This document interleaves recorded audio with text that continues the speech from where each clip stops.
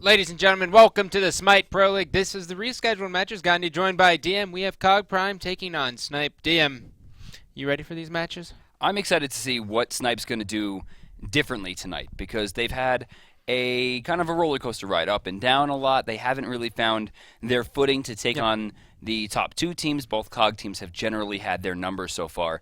And tonight, COG Prime is going to continue on trying to look for a way to push themselves closer to the first seed. And remember, this will finally end week 3. Yeah, that's going to be a fun one here. And, you know, looking at it, Snipe did get the better of COG Prime in their first matchup. So Right. they are up 1-0 on them, and we actually saw it was one of 3 Thanatos wins. So I don't know if that's going to be the case here tonight, but I'll tell you, Gandhi, I am so sick of Thanatos. yeah. He's he's in every single one of my rank games now. Well, of course And he is. always beats me, and he never wins on my team. It's a Really? nightmare. How's he beat you?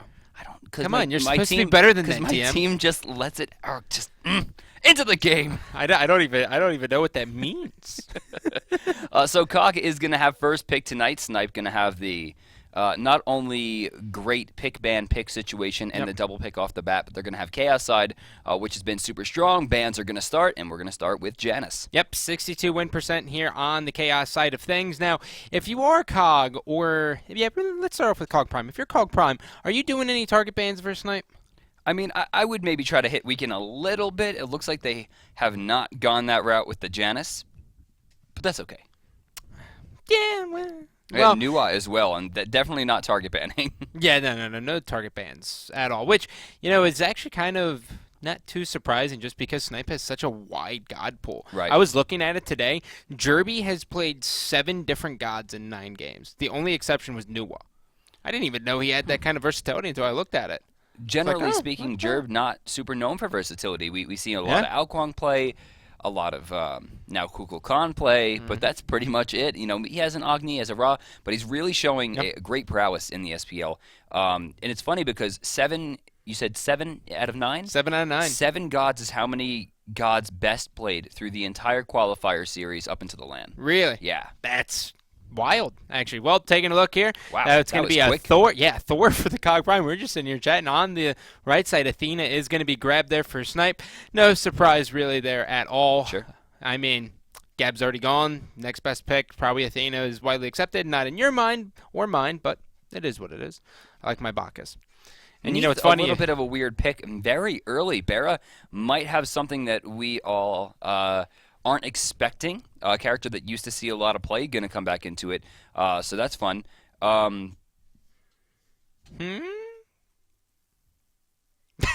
Hey, there we go.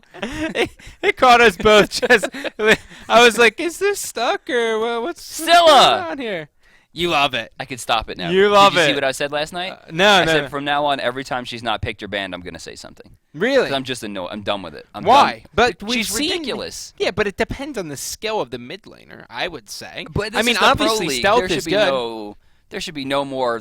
This person's not skilled enough to use a character. I mean, this is not a fighting game. This is a MOBA. I mean, MOBA, sure, skill is a huge part, but the differences between characters aren't big enough to you not have someone that's a top tier in your god pool.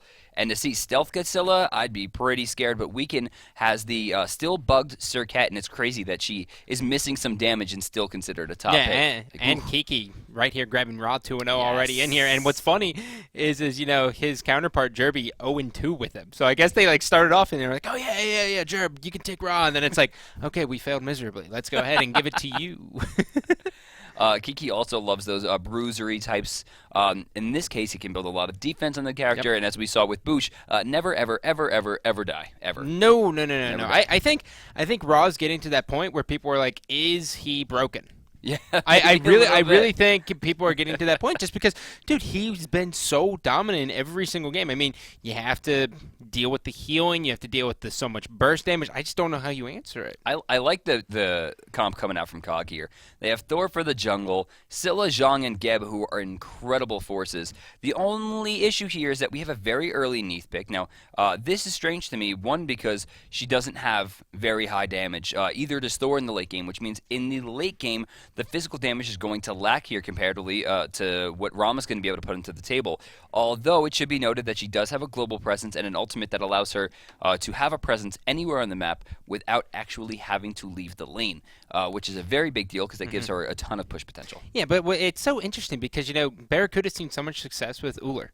He's Yeah. 2-3 with him, and after 3-0 here with Apollo, or 2-0, excuse me, No you would Bear expect one of them. Apollos, not allowed. Yeah, no, You no, can no. see That ban one's come out gone. Very, oh, of very course. quick. And on the other side, Allied does have a good Apollo as well, but I think everyone kind of has like a good Apollo here at this stage in the game. I still don't understand the Shibalanke ban. I don't know how we got there. Wait. Maybe they were just like, maybe it was just like a throwaway ban where they were just like, here you go. You're really good in arena. He is really good in arena. He is. He is really Now, good in arena. I don't understand the Chronos ban. That's the one I'm like. Yeah, there's a lot of questionable throws here, but to the same regard, Snipe still wound up with a great lineup. They have yeah. Ra and Agni, who are both amazing characters, great picks.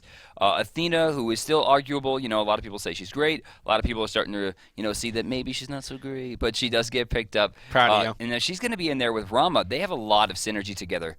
Taunt into the damage is going to be good, but you look at Jeff Hindla there smiling on the screen, has that Geb shield ready to protect Barracuda, who's going to be your hunter. Left side of the screen, you're going to see Omegatron in the solo lane having that Zhang Kui. MLC Stealth going mid with Scylla, of course, is my favorite, and then the captain of the team, Annenster, going into the jungle with Thor. Yeah, and I'm actually interested to see his Thor play. I can't recall too much of Annenster's Thor play here.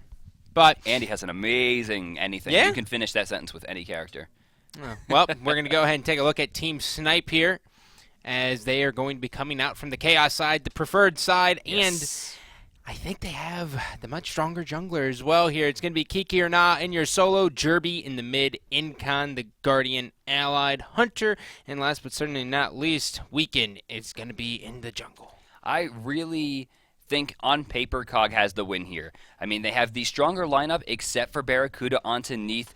And while Allied is an amazing player, the skill of Barra is still very relevant and very powerful. Long considered to be the best player in the world for months and months and months. Started to fall off a little bit, or rather, I don't even think he's falling off so much as other people started to catch up to his abilities.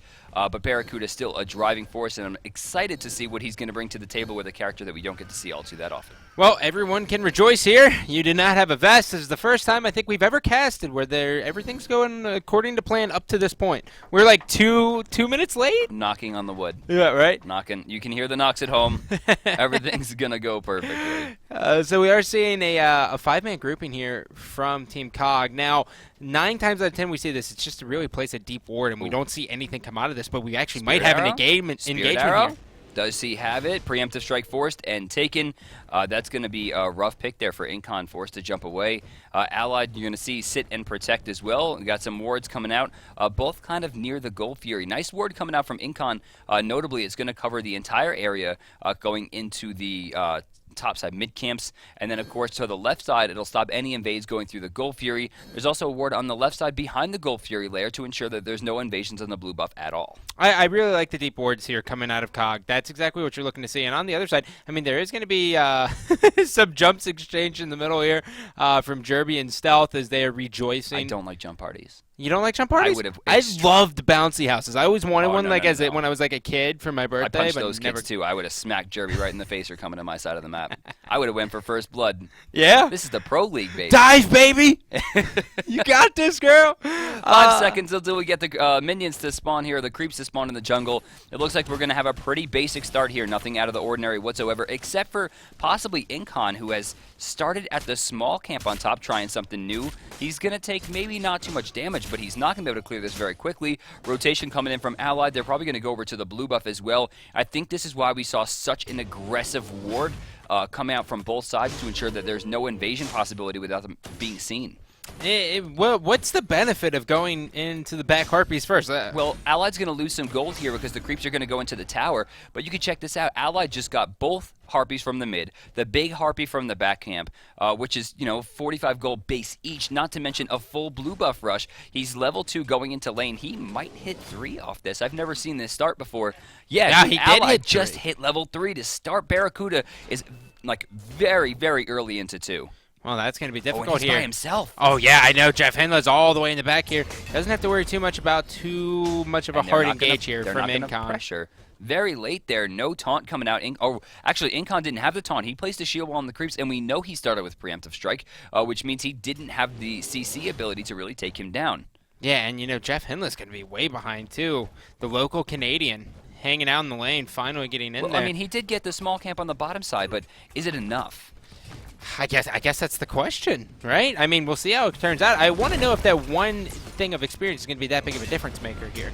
Looks like Weekend's going to go in the mid lane as well. Nope, going to back off. Left side, maybe some pressure once again. You see Barracuda forced to escape. Right side, it's just going to be Omega and Kiki smacking each other for the next 10 minutes with no kills. Oh, yeah, no. I'm not even looking at the solo lane at all. Is Weekend trying to make a play here? No, he's going to bail out, it looks like. Andy doing an amazing job. I think Andy has the best camp splitting of any jungler in the world, and has for months and months. He was using Bumbas when Bumbas was considered bad. Specifically because he loves to just trade. A lot of trouble. Double stun, the taunts through. That's in trouble. Yeah, that's first blood. Yeah, that was trouble there. He went in. He already had a stun, so he had no escape. He used his hammer as well. I mean, he basically locked himself in there. Cog's going to give up that first blood. And, I got to ask you this. Looking at it, we've been seeing so many heavy hammers come out of Thor. Why do you think he elected to go with the Bumbas mesh? Just because of camp splitting? Yeah, it has to be because of the camp splitting. I mean, you look at the gold right now, he's at 24.58, and then MLC Stealth is at 23.40. Taking a look at the board, Jerby's at 26, and he has an assist off the first blood, which means they should have been farther apart. But, I mean, he's done a great job of just feeding MLC Stealth so much extra experience, and it's been working very well, though it looks like Weekend and Jerby have found a newfound best friendship, as they have been inseparable for the last 2 minutes. Yeah, well, he doesn't really have to worry too much about Zhang Kui, and I think both junglers notice that as well, especially... Oh, wait. Where's Andy going here? Is he taken to the sky? No, I mean, he's just kind of hanging out. He might be. Jeff rotating, the rollout comes through, the camps are just about to spawn. Yep, he's taken to the sky here. This is going to be a hard engagement. Jeff Hindler's going to be there. The Cataclysm, a lot of damage. Stealth's able to get one. Will he be able to get another one here? I am a monster. Does some damage. Not a whole lot, though. Andy taking some damage there. A snipe from Allied is going to take out Jeff Hindler, and now they're going to rotate back as there is going to be a stun here on Jerby. A lot of CC, no follow-up, though. The issue there was Andy and Jeff Hindler both had kind of stacked up on top of each other. They took 2 forms of damage when they only needed to take 1, and both of their health pools started to plummet. They focused their sights onto Jeff. Another kill for Snipe. Now, granted, they did pick up Weekend there, but they did pay for it. Now, looking at the solo lane here, because, I think a lot of people run into this Ra versus Zhang Kui matchup, especially, in normal Conquest. Who builds the Divide Ruin? Do you even worry about that? A lot of times we have seen Zhang Kui build it. He doesn't require a lot of damage to do damage. He doesn't require a lot of defense to be defensive. No. He's just an amazing character front to back off of base stats. So him going into it really shut down a lot of Ra's lane presence. And looking at the board here, you're going to see Omegatron has actually finished the Divine Ruin, so good call by Gandhi. Yeah, you see that? Look at that. 14 days with the game, 10 of which I've had internet moving forward. Pressure into the right lane is going to send an entire wave with no Guardian minion. This is going to be maybe a little bit of trouble there for Omega. He'll probably lose 2 in experience, possibly 3, and it looks like he's going to lose at least 4 in gold, which is going to be rough. Yeah, I'm interested to see how we can end up progressing in this game. I haven't seen a Circuit in so long. He lost the whole wave. Oof, that's rough. Yeah, that's 100+ gold that he just kind of took down there. He got a little bit of gold splitting the camp with Andy, but at the same time, we're going to see Kiki once again going back. It looks like Weekend's going to abandon this. No trouble here. Yeah, not at all. Andy might get converged on here. He is able to spot Weekend there, misses the stun. That's kind of been his calling so far. He's done a good job just getting it out there, but it's not doing enough damage. He's really looking to possibly take to the sky. He's really babysitting Stealth. We need to see more pressure coming out from Weekend. He was very far ahead. He's 1-1-1 right now, whereas Ananser is 0-1-1. There's a less than a 200 gold difference right now. Weekend has been just a little bit too slow on his rotations into the jungle to get farm. A lot of his farm was taken in the beginning, and even though he got a whole bunch of gold in the beginning, he needs to be a little bit more progressive or he's going to start falling behind. Okay. All right. Why are we seeing Shoes of Focus? Where are we seeing that? From Ra. Kiki. Yeah, he's going to go into cooldown reduction. Really? Yeah, Ra does CDR? Oh, I mean, it really depends. Kiki, again, usually favors bruiserish or, kind of tanky builds. And generally speaking, cooldown's going to help you because as a character who can heal, the more times you can heal, the better. Makes it a little bit more it's basically tanky. getting as much stuff out on the map as humanly possible. Boosh was building at full mage. Ra never has a threat. He never has to be pushed into a certain build, which is great. Now, 2 bombs coming out. Again, coming out from Jeff Hindla. Oh, lot of trouble. Pushed back. He's going to go down after the 4-man counter. Not nearly enough damage coming out from the I'm a Monster, and he's going to go deep. Andy misses. Andy, no mana left. Might be able to escape this one, is forced to beads as MLC Stealth picks up a rogue allied. Weaken using some of his movement to do damage, some of his movement to escape. As Jerby runs to the back line, it looks like Incon's trying to make a stand here, but will find very little for his attempts. Barracuda ripped that ult so soon. He wishes he had it right now on Jerby so bad. Jerby just having just a sliver of health left, and he wasn't able to do it. So now they're going to go ahead and head back here, but it's still 3-2 here in favor of Snipe. Taking a look at the gold, not much separating these two teams. It's been a very, very Actually, I mean, close you look game. at the experience, though. Experience is different, 1600 in favor now of Cog, who is, still down to kill. Right there, I have to give the win, despite it being a 1-for-1, you got to give that one to Cog. They lost a level 8 support for a level 9 carry, which is forcing Allied away from some experience. He lost pretty much an entire wave there, on top of the fact that Barracuda found himself in the middle of a team fight as well. Yeah, well, seeing Jeff Hindla already grabbing that blank already, he's going to be trying to get into as many team fights and start basically everything for him as much as possible here. Andy is going to be coming behind Jerby. There's going to be a little bit of a follow-up here. This should be a kill. So much CC. Jerby still staying alive. In comes Incon with the great Athena ult. They're not going to have the follow-up. He's going to get away. That was a really smart play, but the issue here is Weekend's overextending. Incon's already basically out of mana, and they disengaged. They didn't realize that they did have the push, though. A really nice rotation coming out from Kiki allowed them the pressure enough to make sure Cog stayed deterred. Weekend continuously setting up camp here on the bottom side of the minimap on left, looking for an opportunity to steal something, but really there hasn't been much, and he's going to start falling behind. Yeah, and I'm actually surprised we haven't seen any of the wards there from Snipe actually thrown anywhere even around the Gold Fury. You can kind of see on the minimap, there's not a single one there.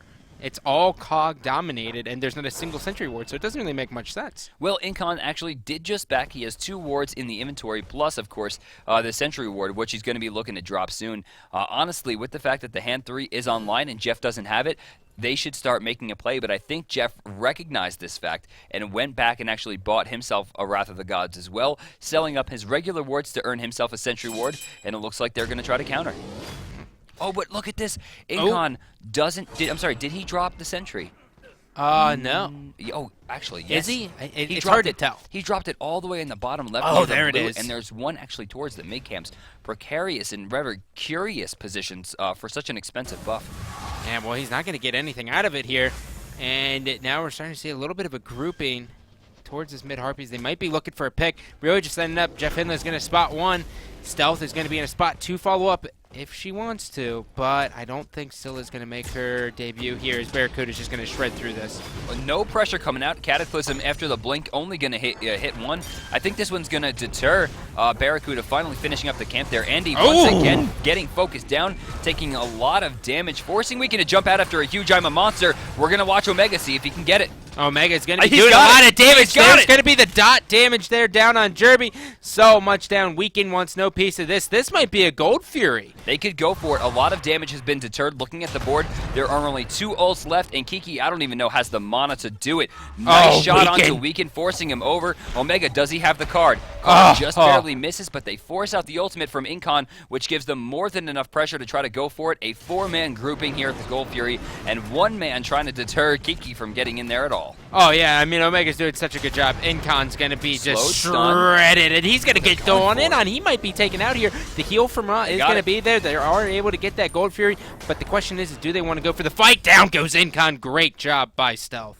You know, I think movies like Rocky and every anime ever made, they give too much credit to the underdog here. There's a reason that we have seed points. And right now, Cog Prime is showing why they are a top seed in North America, why they are a top 2 seed. Despite giving up a very early first blood, they remain 1,800 gold ahead with 2,900 experience separating the teams. And it just seems so dominant. Yeah, I mean, they are doing an excellent job. And the other thing is that, this is for the second place in the standings, Right, here, exactly. Like, this is a big game going into, I mean, technically we are in the off week, but, it's a rescheduled match. That happens with issues.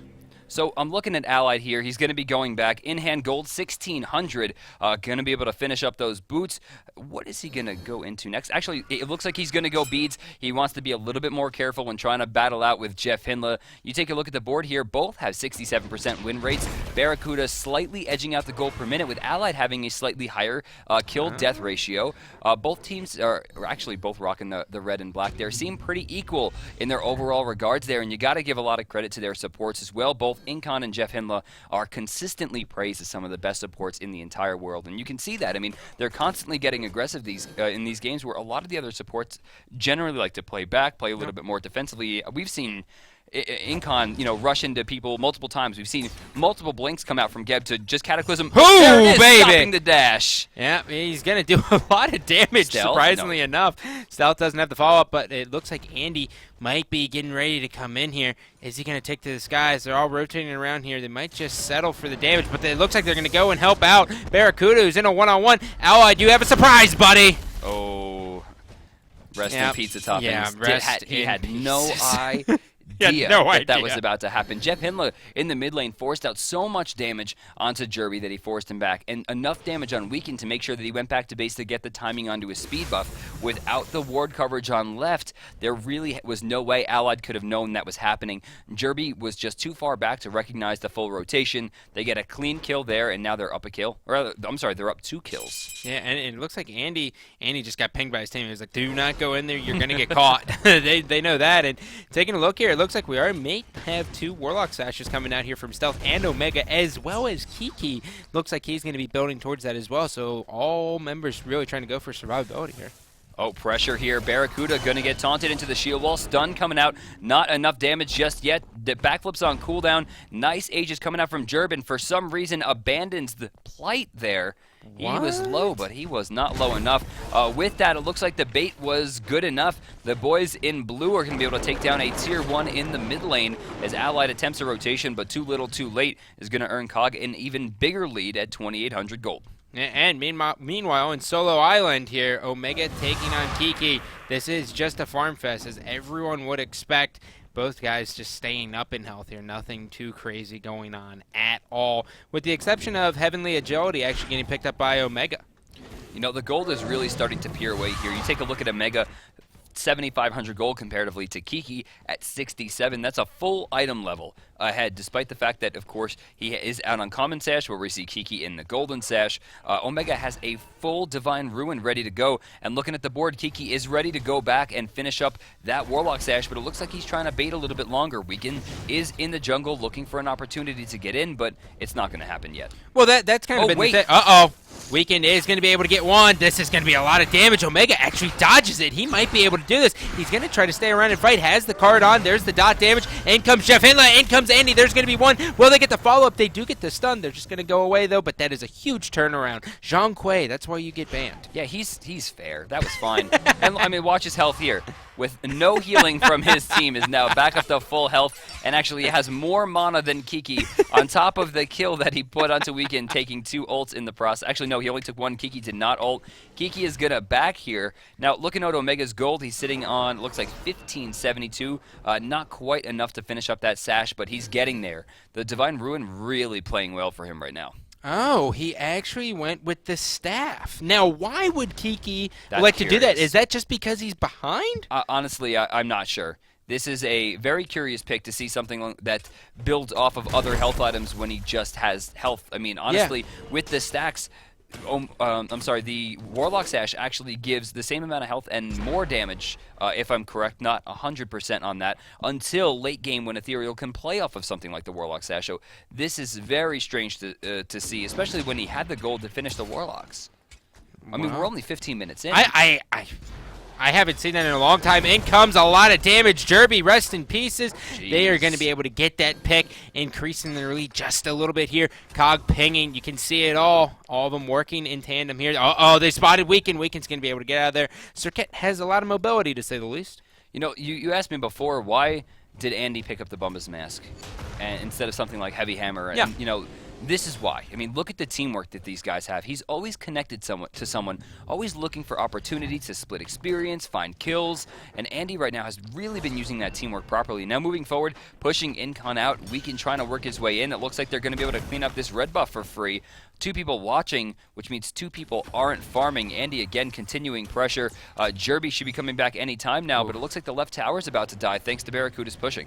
Yeah, and there's going to be a lot of damage. Stealth trying to get it, isn't able to get the kill. Jeff Hinla's there. Andy, is he there for the follow-up? He's looking for it. He misses the hammer, though. Allied's going to be able to get away here as they're going to reset and look to make another push here. Allied should not go. Actually, he has to go back super low in health. If they recognize Cog does have a good line right now to the Gold Fury. With Allied being low, Incon not being full, and, you know, really the pressure is in their core. The only ultimate that's really down right now is Barracuda's World Weaver, and really they don't need that from close range all too much. Sentry Ward coming down there, going to be able to clean up. Now Vision in favor of the boys in red. Snipe have an opportunity and maybe a line to the Gold Fury, and they need to start making some choices here. Andy's taking to the sky. Allied might be in a world of trouble here. He's just going to get shredded up to Jerby. Now Jerby doing some damage, and I'm surprised Andy actually just deterred from it. He was like, well, I guess this is going to be a Gold Fury. Jeff Hinla went back. He was able to pick up a Sovereignty there, so that's going to be huge for this. Now, look at it, Incon. He does have a Sentry Ward, but with his ward just being taken there, they're going to know they have to fight for this. Strangely, backing off. That's a free Sentry for Incon. Looks like he'll pick that up for free. Yeah, Jeff Hinla kind of dropping the ball there on that bit. one. Yeah. And, you know, I actually like the fact that Andy's going with probably the Shifter Shield here. He wants to do more damage, and that's what I like seeing Thor. I like the Urchin's okay. I just like seeing the damage. Right, he's not going to get a lot of defense from this. You know, that's I think a common misconception from the item. It gives you a ton of defense. It gives you, I think, 35 if you're below 50%. Oh, on top of the ward, they're going to go. Oh, they reset it. A lot of time wasted there, giving Incon more than enough room to move forward. Stealth gonna force out a dash from Jerby in the background, but the Crush is on cooldown, which means he's not going to have the same kind of pressure that he's looking for Incon. Stun on cooldown as well. No teleport. Has to try to get in there. This is a free one for Cog as the fight's going to go forward. I am a monster. Oh no, the perfect Aegis. Jerby says, sorry, buddy, it's not happening. Omega, a little bit late to the party. Now we're seeing as Andy's going to use his ultimate, get out of there. A lot of damage going down here on Jeff Hinla. Jeff Hinla's probably going to be taken out. Finally, Weekend is able to get 1 kill. Can he get another one here as Barracuda's going to go ahead and chase him? He's going to have to escape. It looks like he is going to get out there. Topside, Omega's recalling the demons, looking for more damage. Kiki's out of mana. Jerby's just about out of health. Can't move forward. Crush going to do a lot and a double kill for MLC Stealth. Yeah, meanwhile, Omega, Jesus, the dot damage should be able to take out Jerby. He does. Great job by him. He went into a 1-on-4 and came out of that at quarter health. Yeah. Yeah. He's playing. And right there, Jerby at the end getting hit by that card, ensuring that he gets picked off. 3 for 2 right there, plus the Gold Fury. That's a huge win, 6,000. Now, why did he choose Blink? Who are we talking about, Jeff Hinla? No, Omega, actually. Omega. Oh, he wants to be able to get to the back line as fast as possible and do exactly what he did right there. Recall demons and get those things proccing onto as many people as possible. Get a good book of demons off to ensure that he can stun as many people as possible. And then, of course, look for the card. Try to get off the exorcism for not only the burst, but the healing and the sustain that he will gain from getting that combo off as well. Polynomicon coming here out of MLC Stealth. It's not every day you see that one anymore, huh? Yeah, I remember when I first played this game and I streamed it, they were like, Polynomicon, is that a thing? That's a thing now? And I was like, oh, no, I don't know, man. It was so over-centralizing that people were buying it first. Really? It was ridiculous. The item was incredible. Lately, maybe not as much, but with the build, I mean, MLC Stealth looking for very high burst. Next up, I would expect maybe even a Rada Tahuti. Ooh, he should get the Rod. He wants to have more damage anyways. I mean, I'm a monster so many times, it just kind of left him like just a little bit of health. He needs to be able to do that big burst damage. That's what you see out of Celis. I would like to see poly buffs again. Maybe just like an increase in damage on the item. Come on. Come on. Production yelling at us. He's like, please, God, don't ever let that happen. Barracuda getting complete free farm, right? Oh, I was going to say, Jerby getting comboed right there on the top, taking a lot of damage. Not enough to go down. He does manage to just barely dodge the Sikkim. But if that Sikkim would have hit, plus the Crush and the Poly, that could have been a kill. So Jerby should be counting his lucky stars in that one. And Barracuda still getting the free farm. There seems to be a 4-man grouping here. And Barracuda does have to be a little bit careful, as we are going to see Alloyed come. He has no vision. He's going to be in trouble, but luckily for him, he does have sprint, and he does have a backflip. But he actually is going to turn back around. I thought Andy was trying to chase Incon into the jungle. Oh, Andy, it might be taken to the sky here, as we are seeing a little bit of retreat. Jeff Hillen's going to be there as well. Alloyd's going to miss the stun. Jerby, however, blinks in, gets the Cataclysm. Oh, I'm a monster over the wall. Gonna find one. I'm a monster over the wall. Not going to hit the second time as they turn their sights to the back line.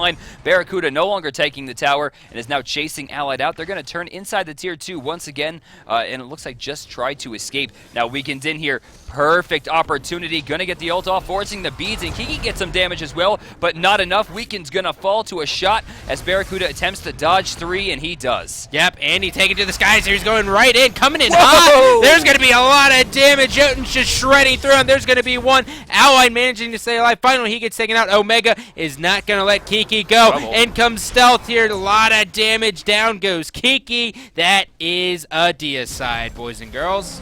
So a little bit of backstory here. I used to play with Jeff a lot. Okay. Right? A lot. Jeff? Back when he was on Denial, me and him used to play a decent amount. He's a very relaxed dude. That's I good. mean, he just looks, you can even see it in his picture, he looks like a very relaxed dude. Yeah. I was playing with him in ranked today, and he was a monster on Curse. He was just like, guys, I'm doing this. I'm going to go back by 3 wards. We're going to bait a Gold Fury, rush into the tier 2, and go for this and this and this. And he was just nonstop shot calling, and you can see that now reflected in his play. He's so much more aggressive than he used to be. He's so much more in tune and has so much more chemistry within his teamwork than he used to. And you can see that. I think his hunger has really grown, and him as a player has grown so much over the last 6 months, and it's kind of an incredible thing to watch. Yeah, you know what's always big on that too is just finding your confidence over time. You know, like there's so many times where people are like, "Oh, I don't want to say this in case I am wrong," or "I don't want to piss off my teammates," and then you realize, "Oh, they're my teammates. I'm allowed to yell at them and tell them they suck if they suck." Right?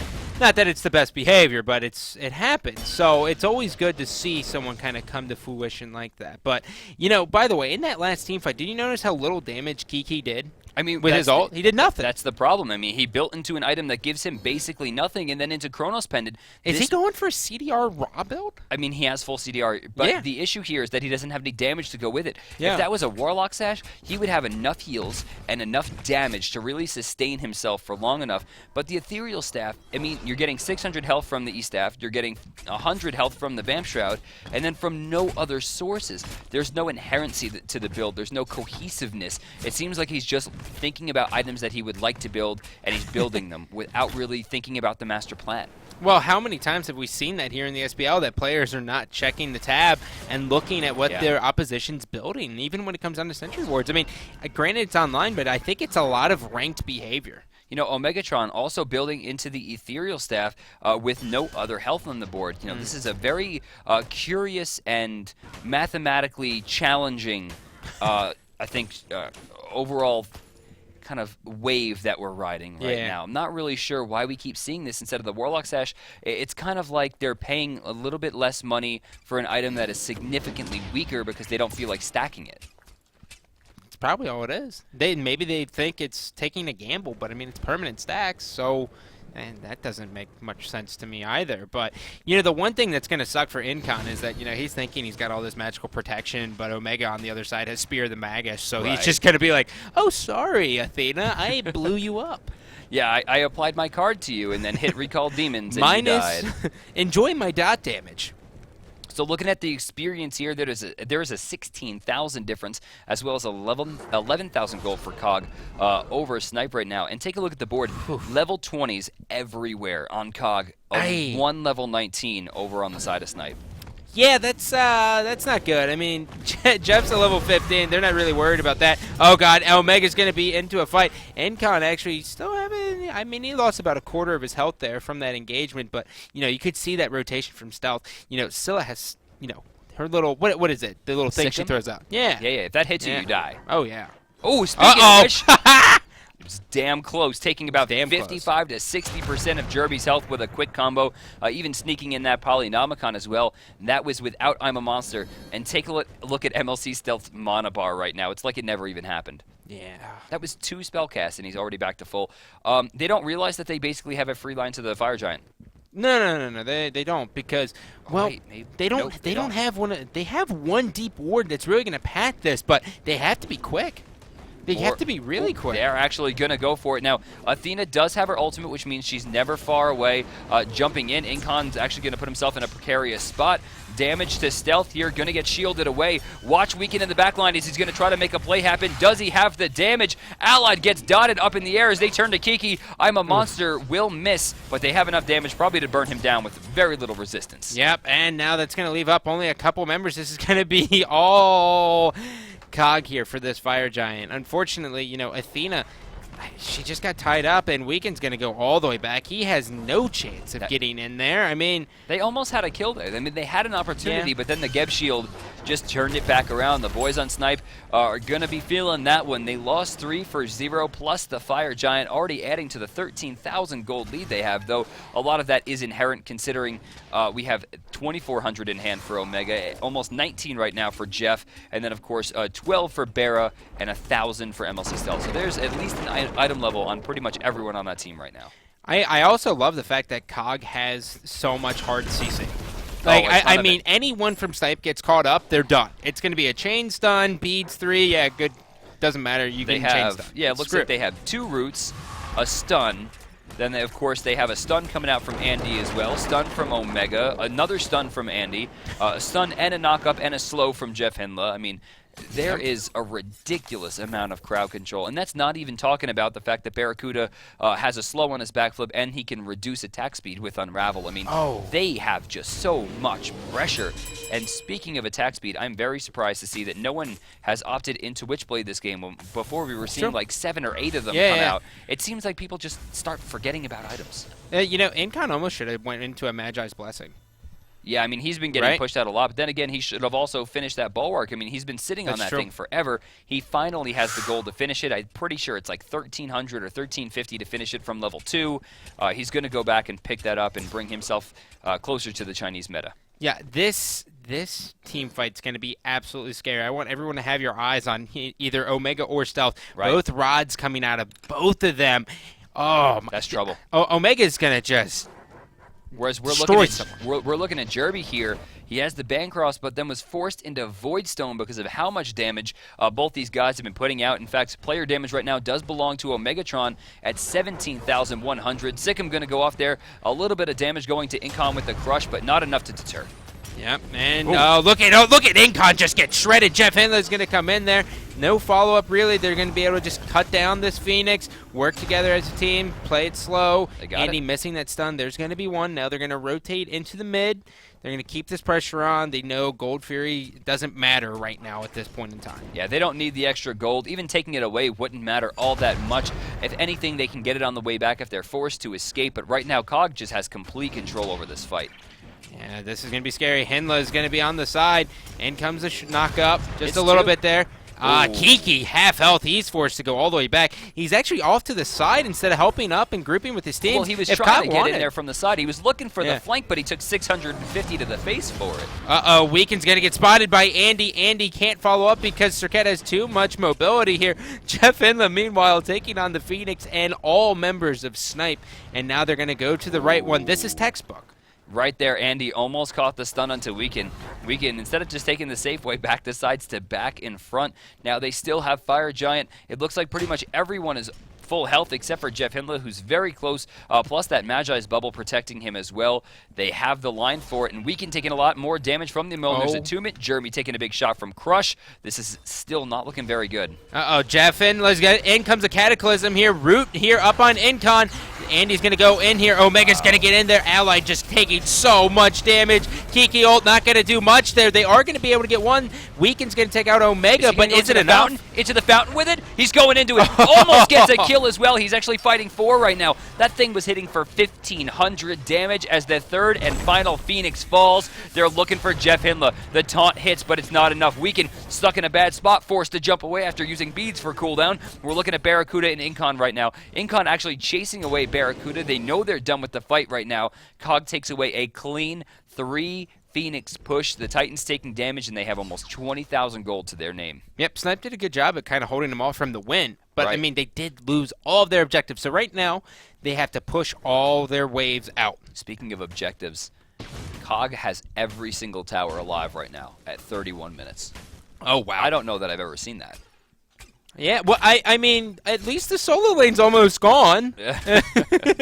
They're trying their best, and now, again, forced to play this Space Invaders minigame that Cog has forced them into, popping the quarters into the arcade machines, looking just to try to get enough pressure off. The issue here is that the Fire Giant's about to respawn. Cog takes the gold. Fury Barracuda, strangely gonna back here, but he has 2,000 gold to his name. Are we going to see... It looks like the Deathbringer's finished up there. Full boots, full sprint as well. This is good. I mean, he has a lot of damage. Yeah, he's got a lot of damage. And on the other side, you know, Jeff Hinland, there's your Witchblade, buddy. So, I mean, that's going to be big coming into the fight. I mean, I don't know how much damage Rom's actually going to be doing in this fight, but that's going to really, really hurt him in this next team fight. Snipe's in trouble here. They are definitely on the ropes. All 3 Phoenixes down. The issue is that if they don't find something very soon, someone's going to be forced out. They have to fight that left lane off. If they let it rock, it's just going to be too much. The issue here is, though, even though Incon has a global ult, even though he can go over there and get back, he does not have the damage relevant enough to really burn down an entire wave of fire minions effectively. Now, Andy, jumping into the line here, is looking for something, loses his Magi's for it after a rather awkward miss Mjolnir's attunement, but he bought his team enough time. Fire Giant once again goes back down, and Andy fearlessly dives forward. Uh-oh, Cataclysm's here. Here comes Stealth. I am a monster taking down Incon, but he's going to be finally shielded here. He should be able to get a kill on Incon. There's going to be one. Andy's going to be behind the lines. Down goes Allied to Jeff Hinla. That's going to leave 3 members here from Snipe Barracuda trying to get into the action. Stealth now hopping up. Will he be able to get it? He is. That's a lot of damage coming from I am a monster. There's a double. 1,300 damage. Makes you want to kind of play Scylla, doesn't it? Not really. Come on, man. I'd miss too many ults, man. I don't have the individual skill. Character's ridiculous. This is why I've been complaining about her for the past couple days. That was the exact reason, because Lord in heaven, if you let her get a hit off, it is just outrageous. He was behind in player damage, significantly behind, and he winds up very clearly on top at 26,000. MLC Stealth at 909. Omega was in front when they pushed that first Phoenix, because you were like, oh yeah, Omega's actually leading everyone right now, and I was like, oh yeah, it's because of the dot damage. Yeah, he was at 17. I think MLC Stealth was somewhere in the neighborhood of 15, 14, and then just I'm a monster 1,500. I'm a monster 1,300, just slamming the team down. Look at the just speaking of the damage, look at Snipe though, right? Their highest is what, 13,000 coming out of Rom, which is going to be Allied. Let's say 14. It's 14. Okay, 14, and then I mean, when's Raw only healed for 5,000? That seems very, very low from what we've been used to seeing. So, I mean, well, that's the thing, is they didn't have damaging builds. Kiki went into an awkward ethereal staff early. Weaken really couldn't get started past the first blood. He didn't have the same farm, and remember, she is still bugged, a character who can do damage, but at the same time, literally cannot do damage. But the damage came out from MLC Stealth, and we're going to go into a replay highlighting just why she is the little terror. Ah, the Scylla here. The Polynomicon's back, bro. It's back. I don't know about that. Well, you're going to go ahead and see wall. it right through the wall. There's going to be one. Goes for the second one. Barely misses that one. She's going to go ahead and go through there. Throws down some damage. Incon at that point wasn't able to handle it. Meanwhile, here comes Omegatron, really making his presence known here the entire game. I mean, he just jumps over the wall. This is why, you asked me, why are we seeing a blink? That's why. Put himself right to the back line, super tanky, doing a ton of damage. Now, he just kind of forces out Kiki here, gets the slow off, and sets it up for Barra. Easy peasy. Yeah, that was an easy game. And I mean, I think Omega did so well so many times. There's it's a weird spot when you see a Zhang Kuei take a 1v4 4 and come out like with a quarter health. So that's going to do it for week 3. Yep. Let's take a look at the standings here. This is, we're going into the bye week. Don't forget, Cognitive Red is going to lead North America with Cognitive Prime hot on their heels. A 1-game difference, pretty much. You see the 1 win to 1 loss kind of situation going. Team Dignitas and Snipe are going to be tied for 3rd place. And then far and away, Fat Chunks Assemble and Thirst have a lot of ground to make up. Thirst has about a 3-game window where they have to win those 3 games, or else it's basically all she wrote. But taking a look at the European side of things here, Mortality Esports 7-3, 3-way tie for 2nd place between TSM, Cloud9, Exposed Secrets, SK Gaming, big shocker here, 3-8, and then Team Coast at the bottom at 2-8. I think both of those are huge shockers. That was 1st and 2nd into the LAN event. It's funny. We talked about Cloud9 right there and how they're tied. They're actually not going to the Invitational this weekend in Sweden. I think we are going to see, and correct me if I'm wrong, that's going to be Mortality, Exposed Secrets, Team Solo Mid, and I was really SK. SK. And that's gonna be big for SK too. You know, SK seems to be a team who has kind of lost it online, but I think LAN they're gonna go ahead and shine. So there's gonna be the good thing about this LAN in the middle, which I think a lot of people in NA wish they had as well, was that it gives you that confidence. You're like, oh, I'm 1-9, but on LAN, I still got it. That's right. When it comes down to money, we got it. No problem. That's all that matters. That's all that matters. Although, on the other side, in North America, Cog Red seems to have pretty much everything locked down right now. They won the LAN. They're first right now with 8-2, and one of those losses being a DQ to Combat Pause. I mean, that shows a lot of strength in the team, but we're going into the bye week. We won't have the SPL until next week, unfortunately, which is good that we have these reschedules. Yeah, that's good. It gave us something to do. But that's going to do it for us here at the hi-rez Studios. As always, take it easy.